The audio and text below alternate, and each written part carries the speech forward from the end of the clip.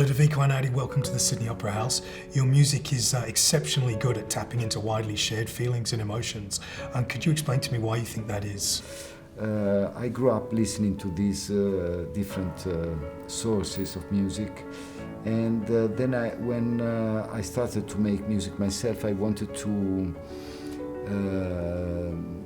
keep the things that I loved, of the emotions coming from the songs and maybe the developing of the classical music that wasn't part of the pop world. And I was really studying how to find a language that could have the same approach, direct approach that you have with popular music, that is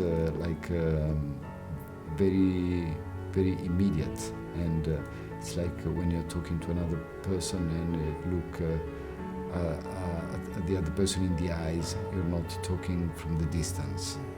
And this is what I like to try.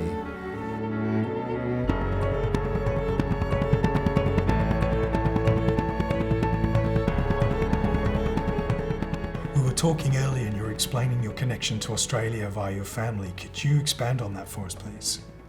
Well, I grew up with my mother, with all the stories that my mother was telling me about his father that left her and his brother just before the war, coming here for the tour, but then the Second World War started.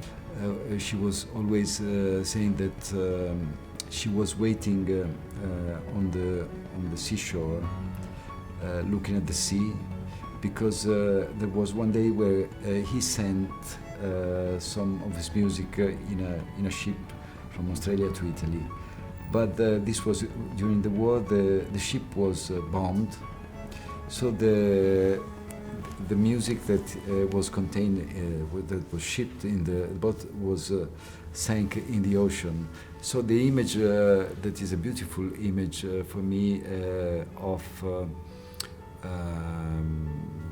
my mother telling me that she was looking at the sea and looking at this idea that her father was far away, and then looking at the sea and looking at this music, pages of music coming from the water.